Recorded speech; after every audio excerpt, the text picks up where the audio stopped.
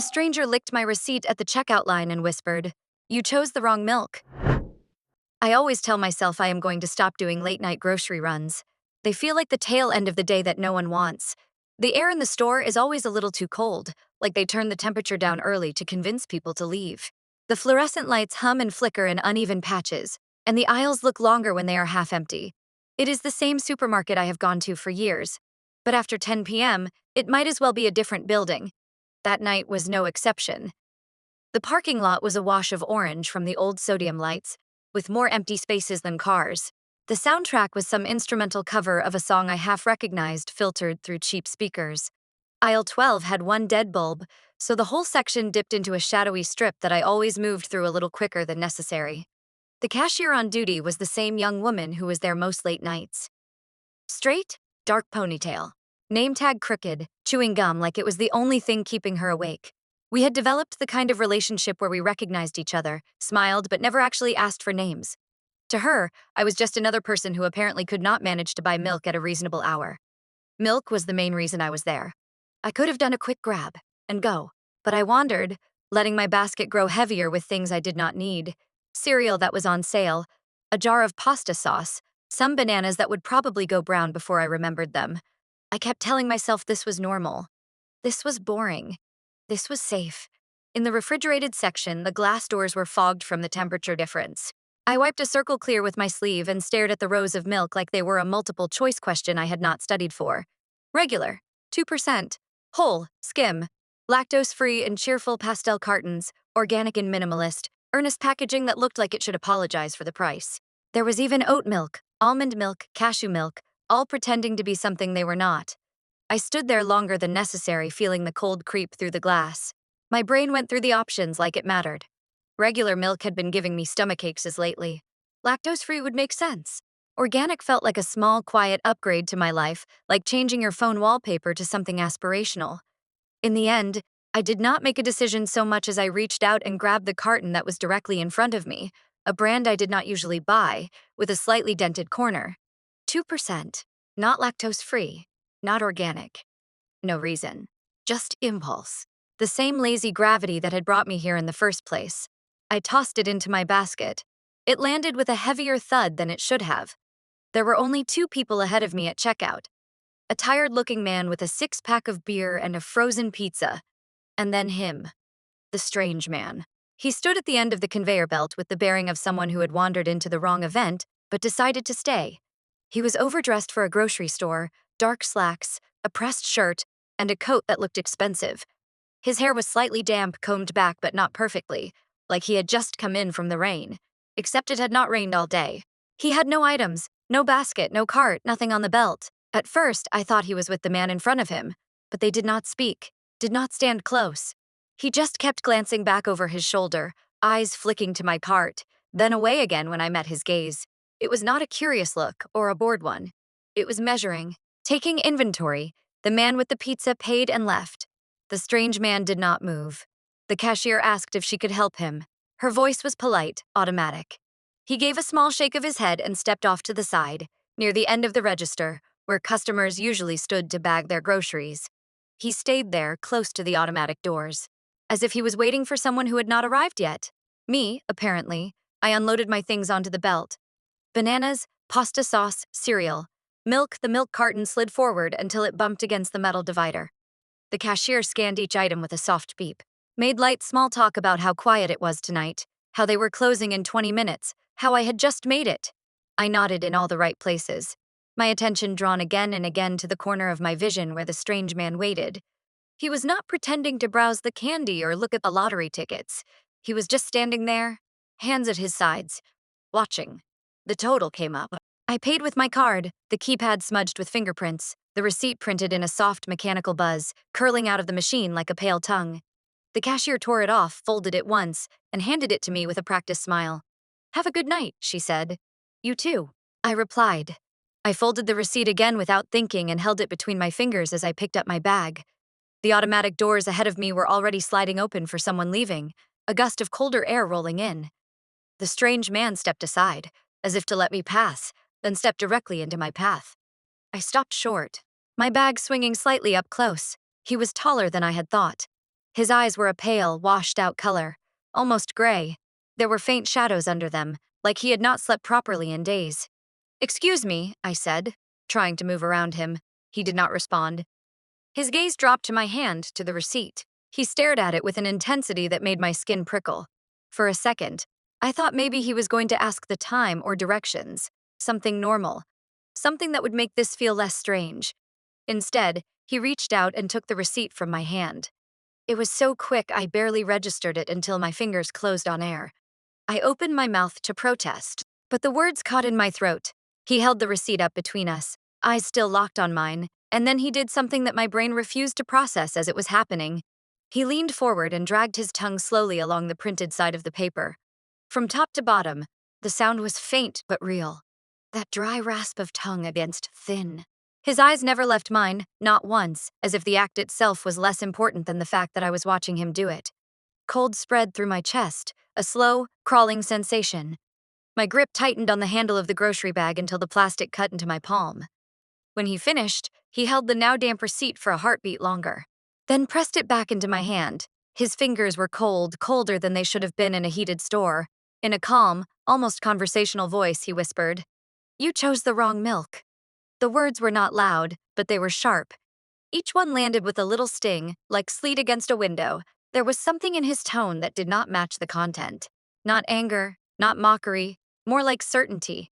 Like he was not warning me, but informing me of a fact that had already solidified, before I could say anything, before I could even decide whether to yell for the cashier or laugh it off as some bizarre prank. He turned. No flourish. No parting glance. He simply turned and walked straight out through the automatic doors into the dark parking lot. The door's side closed behind him. The chill of the outside air seemed to linger for a moment before the store swallowed it. I stood frozen in the entryway, the bag cutting deeper into my hand, the receipt sticking wetly to my fingers. The cashier called out, asking if everything was all right. I managed to nod without turning around. I looked down at the receipt. The ink where the milk should have been listed was smeared into an ugly, gray blur from his tongue, but there was another line, clear and perfectly printed beneath it, where no line should have been. The letter small but unmistakable. Return it before midnight. I sat in my car for a full minute before I even put the key in the ignition. The parking lot looked normal enough. A couple of cars, a shopping cart tilted on one wheel near a curb, the yellow glow of the streetlights flattening everything into the same dull color. The automatic doors slid open and closed behind other customers like nothing strange had happened there at all. My hands were still damp from his touch, or maybe from my own sweat. The receipt felt cooler than it should have in my fingers, the paper soft where it had absorbed his saliva. "Okay," I told myself, out loud, because my own voice made the car feel less empty. "You are overreacting." I had seen weird people before. This city was full of them. Maybe he was some kind of performance art enthusiast, or someone filming a prank. Maybe there was a camera pointed at me right now, waiting to capture my horrified expression for a channel I would never watch. I unfolded the receipt and smoothed it out on the steering wheel. The message was still there. Return it before midnight. Same font as the other line items. Same alignment. Same spacing. Not handwritten, not scrawled or stamped. Printed. If I had not watched the cashier tear this off the machine 10 minutes ago, I would have believed it had come out like this. "Printer glitch," I muttered. "Misaligned data. Some, I do not know, test format left in the system." It sounded ridiculous even as I said it. The message lined up perfectly under the smeared milk line, as if it had been waiting there for that specific item. I glanced at the digital clock on the dashboard. 11:18 p.m., the numbers glowed a soft, indifferent green. Suddenly, before midnight did not feel like a vague bit of drama. It felt like a countdown. 42 minutes for what? Exactly. I had no idea. I folded the receipt again, tucking it into the cup holder like that would make it less real, and finally started the car. The drive home was short, the kind of route you can do on autopilot. I barely registered the red lights, the familiar turns. Every time I stopped, I could feel the receipt next to me, sitting there like a folded threat. By the time I pulled into my driveway, my heartbeat had calmed a little. The porch light flicked on as I approached, triggered by motion. The house looked the same as always, blinds half closed, a dim glow in the living room from the lamp I had left on. Normal, I thought again. You are home. You are safe. He was just strange. The receipt is stupid. It is just milk. Inside, I set the bag on the counter and began unpacking. Bananas in the fruit bowl, pasta sauce in the pantry, cereal on the shelf. Each ordinary object felt strangely loud in the quiet kitchen. I was aware of every rustle of plastic, every clink of glass. I left the milk for last without meaning to. When I finally pulled it from the bag, something in my chest tightened. The carton looked wrong. Not drastically, not dramatically, just off. In the store. I could have sworn the brand name had been familiar, one I had seen 100 times. Now it looked almost familiar. The logo was the same colors, the same basic shape, but the letters were not what they should have been. Where there should have been a D, there was a B. Where there should have been an R, there was an extra vertical line, like the letter could not quite decide what it wanted to be. If you glanced quickly, your brain would smooth it out, correct it. But if you stared, the wrongness sharpened. I turned the carton in my hands and found the expiration date printed near the top. 12 divided by 12 divided by 12, the numbers were etched in pale ink, too neat, too clean. My mind automatically tried to correct that too. Maybe it was a smudge. Maybe part of the year had not printed. Maybe it was supposed to say 2024 and the middle had just vanished. Then I noticed the white price sticker from the store, slapped over one corner of the carton, half covering a barcode. Fresh, it said. Expires next week. 2 dates. One that belonged in reality, printed by the store. One that belonged nowhere, printed by whoever made the carton. My thumb hovered over the old date, not quite touching it. A thin unease crawled up my spine. "This is stupid," I whispered. The kitchen clock ticked in the silence, each second a soft little tap on my nerves. I set the carton on the counter and went to the sink. Grabbing a clean glass, I told myself I was doing this to prove a point. It was just milk. Maybe a misprinted carton, maybe some warehouse error, but still milk. White, cold, ordinary. The kind of thing that did not care what a stranger in a supermarket said. I unscrewed the cap. The safety ring snapped with a dry crack that echoed in the quiet room. When I tilted the carton, the milk came out slower than I expected. Not chunky, not clearly spoiled, just thick. The stream held together unnaturally, almost like paint, before breaking into the glass. It settled with a faint, viscous wobble. I lifted it to my nose. It smelled fine, clean, faintly sweet, nothing sour or rancid, completely normal. My hand shook, just a little, as I raised the glass. The surface of the milk trembled, catching the dim kitchen light in a strange, dull sheen. My phone buzzed on the counter. The sound was sudden and jarring. I flinched, nearly spilling the milk. With a muttered breath, I set the glass down and reached for the phone, grateful for the interruption. "Blocked number," the screen said.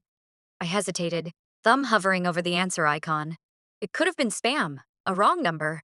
A robocall that would cut off after 2 seconds anything, I answered. For a moment there was nothing. Not even the faint hiss of static, just a heavy, close silence that felt like someone standing too near in a dark room. "Hello?" I said. I heard breathing, slow, measured, not trying to hide itself.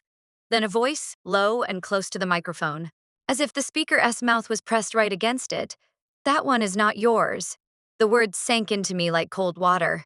It was not the same voice as the man in the store, but it carried the same certainty, the same unnerving lack of urgency.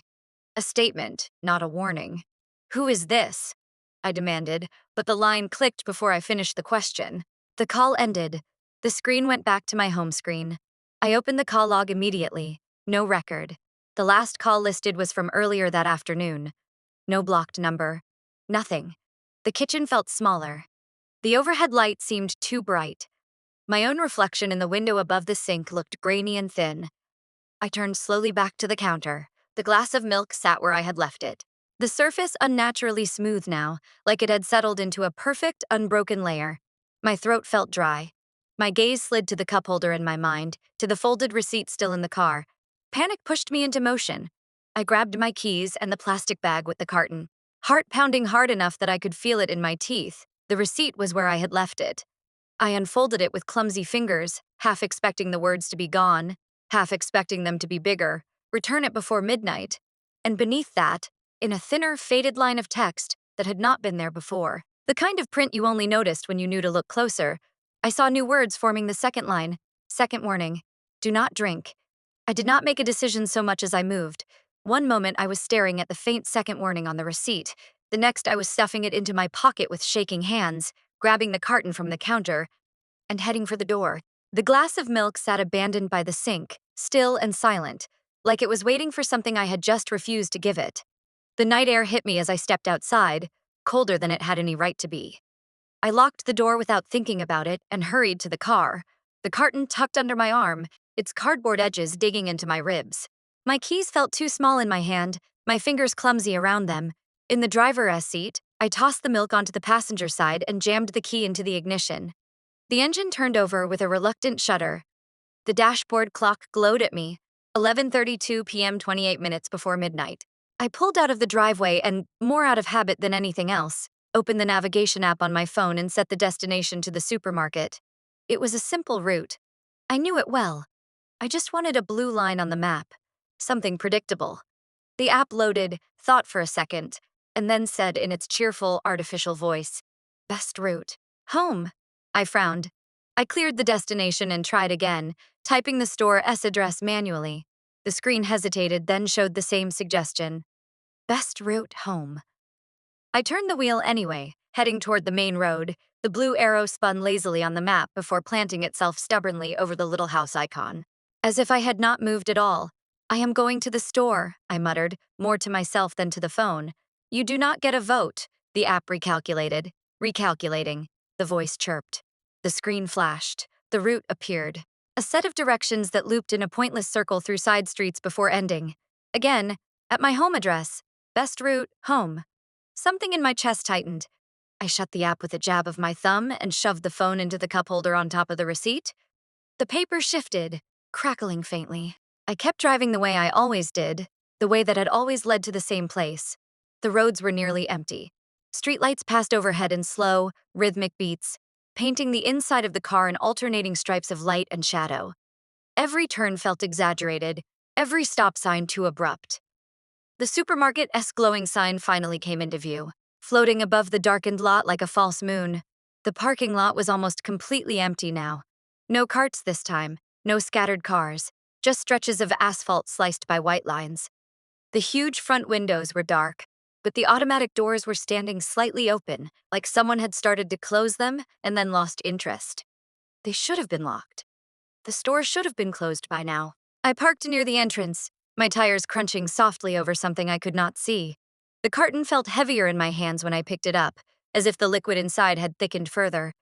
I kept one hand on it and one in my pocket, fingers resting on the folded receipt like a talisman.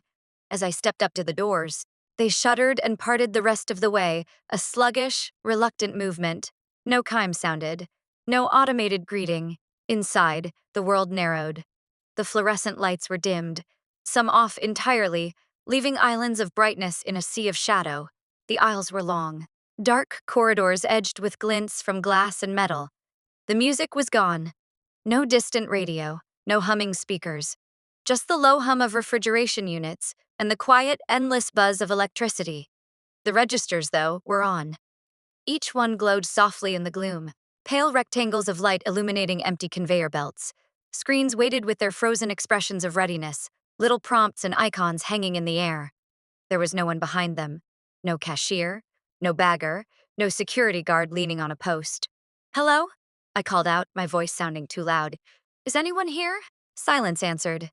Then, from the far end of the row, I saw the customer service server 20 returns. Sign, its red letters flickered weakly, half the bulbs blown, the other half struggling. Beneath it, the returns desk sat in a shallow pool of light. Empty. I made my way toward it, the soles of my shoes whispering against the tile. The store felt wrong in a way I could not name. Not just empty, but expectant, as if everything had shifted half an inch to the left when I was not looking. The returns counter had a metal bell on it, the kind you tap to summon someone. I set the milk down next to it and fished the receipt out of my pocket, smoothing it with both hands. My throat felt dry. "Hello?" I called again. "I need to make a return. Is anyone?" The bell rang, a sharp, bright chime, cutting through the air like a needle. I jerked my hands back instinctively. I had not touched it, the metal still wobbled slightly on its base, as if an invisible finger had just pressed it for a second. Nothing happened. Then from behind the counter, a voice said, "You are late." I swallowed hard. A figure rose slowly into view, straightening up from where they must have been crouched or sitting. As they came fully into the light, my stomach dropped. It was him, the same man from the entrance. Same damply slicked back hair, same pale eyes, same calm, too still face. Only now he wore a supermarket vest over his clothes, the company logo stitched on the breast. A name tag was pinned just below it. It had my last name on it. I stared, trying to make sense of it. The letters were exact. Not a coincidence. Not a shared surname mine. He noticed where I was looking and gave a small, almost apologetic smile, as if he were caught wearing my coat by mistake. "The milk you took," he said. His tone light, conversational, "was not assigned to you." My mouth felt dry. What does that even mean? He gestured lazily toward the carton on the counter. "Certain purchases are for certain people. You reached for something that belonged to someone else. It happens. That is why we have returns." He tilted his head, studying me. "You brought it back. That is good. We just have to undo the purchase." The way he said undo made my skin crawl. "I already paid for it," I said, hearing the thin edge of panic creeping into my own voice. "I just want my money back and I will get a different one, a normal one." His eyes softened like he was talking to a child. "It is not about the money." He picked up the receipt with careful fingers. The damp spots were gone now. The paper impossibly crisp. He studied it for a moment, then slid it back across the counter toward me. "Here," he said. "This will explain it." I did not want to touch it, but my hand moved anyway. The numbers at the top were the same. The date, the timestamp creeping closer to midnight. The list of items, the milk line was still smeared out. The first warning clear beneath it. Beneath that, a new line had appeared. More prominent now, the faded letters sharpened into stark contrast. "Return accepted FODD, payment due, one night." The words seemed to pulse on the page. Behind me, the automatic doors slammed shut with a violent, echoing thud. The sound crashing through the empty store like a verdict. The sound of the doors slamming shut echoed down the empty aisles, bounced off metal shelves and humming freezers, and came back thinner but no less final. I stared at the receipt, at the line that had not been there before. "Return accepted FODD, payment due. One night." What does that mean? My voice came out tight, smaller than I meant it to. "What night? What are you talking about?" The man behind the counter folded his hands, the motion slow and deliberate, like a teacher preparing to explain something obvious to a nervous student. "It is simple," he said. "Every purchase closes possibilities. One item is chosen, and all the others you almost picked stop being yours. Usually, no one notices." His gaze flicked to the milk carton. "You noticed." He slid the receipt closer, tapping the line with one pale finger. "You have two options. You can keep what you took. The wrong milk, as it were. In that case, the return is incomplete, and the balance is paid another way." "One night," I swallowed. "Paid how?" He smiled, but his eyes did not change. "You will not like it. No one does. A night removed. From your sleep, from your life. You will be missing a stretch of time, and something else will use it. You will not remember, but it will not forget." My skin crawled. Or, he continued, "we complete the return properly. You go back to the moment of choice. You do what you were meant to do. The correct item, the correct moment, the correct aisle." His tone flattened. "You were not supposed to be in that aisle at 11:03 p.m. A chill moved through me. I thought of myself standing there, staring at the rows of cartons, feeling that brief, unnameable hesitation before grabbing the first one. How could that possibly matter? He flicked the corner of the receipt up, as if testing its weight. "This is not just a record of what you bought. It is a contract of where you intersected with everything you did not. You signed it when you did not walk away." He nodded toward the dim aisles. "So change it, or pay." I looked back at the glowing line of text. One night, my mind tried to make it mundane, like staying up too late or losing sleep to a bad dream, but something in his voice had made it clear that was not what he meant. "I want to return it," I said. All the way, his shoulders relaxed, like he had been waiting for me to say that. "Good, bring it." He stepped out from behind the counter and walked toward the aisles. I picked up the carton. It felt heavier than it had at home, as if something inside was pressing outward, testing the cardboard. Each step I took made it feel denser. We moved into the store, but it was not the same store I had walked through an hour earlier. The cereal aisle was where the cleaning supplies should have been. The freezer section stretched farther than the building could physically allow, rows of doors fading into a gray blur. Labels I knew by heart were slightly wrong. A familiar soda brand with one extra letter. A box of pasta whose picture was off-center. The noodles too sharp, like they might cut your fingers if you touched them. My head started to ache, a slow pressure behind my eyes. The layout adjusts when you change your mind, the man said mildly, as if commenting on the weather. We are going back to where you could have done something else.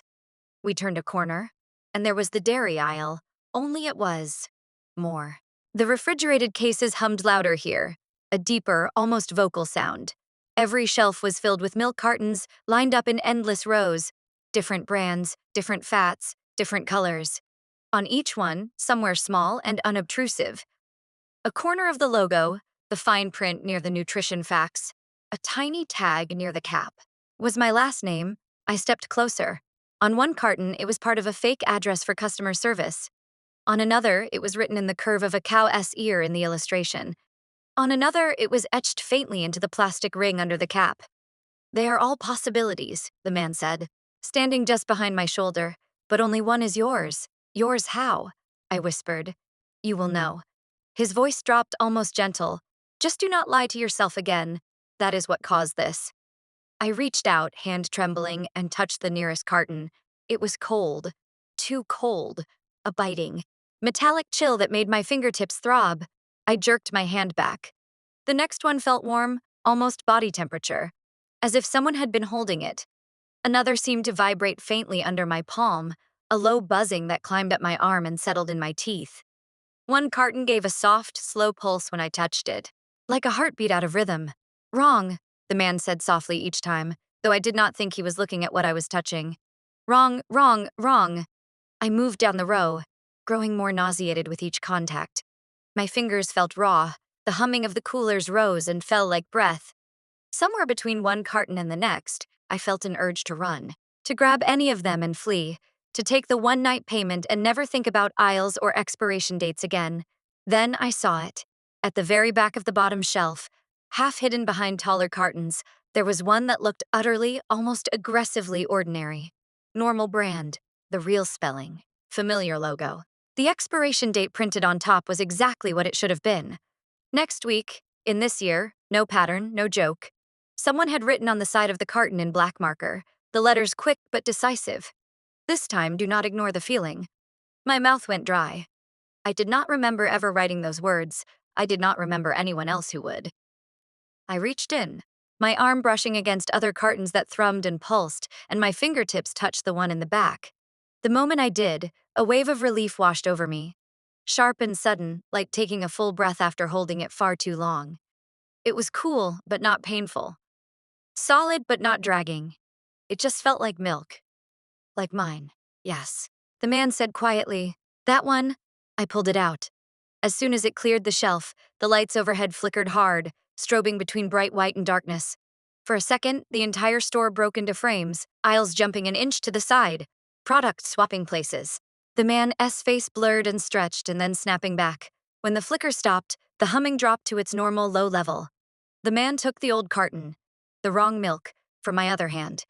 It was almost too heavy to lift now, as if whatever was inside had thickened into something that resisted being moved. The cardboard bulged faintly.